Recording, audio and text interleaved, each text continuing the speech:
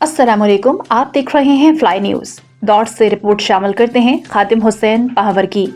دوڑ شہر کی صفائی کی صورتحال کا جائزہ لینے کے لیے ڈپٹی کمشنر شہید بنظیر آباد شہریار گل میمن ٹاؤن کمیٹی آفس دوڑ پہنچ گئے۔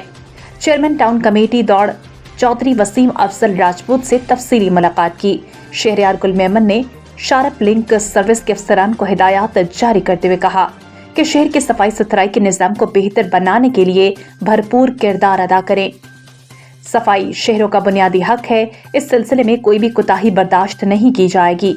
انہوں نے دوڑ شہر کو خوبصورت اور صاف ستھرا بنانے کے لیے چیئرمین وسیم افضل راجپوت کی کوششوں کو سراہا۔ اس موقع پر اسسٹنٹ کمشنر دوڑ حسان ظفر، مختار کار دوڑ محمد علی جمالی، ٹاؤن آفیسر لائق حسین زرداری، غلام حسین دیناری اور دیگر ان کے ہمراہ موجود تھے۔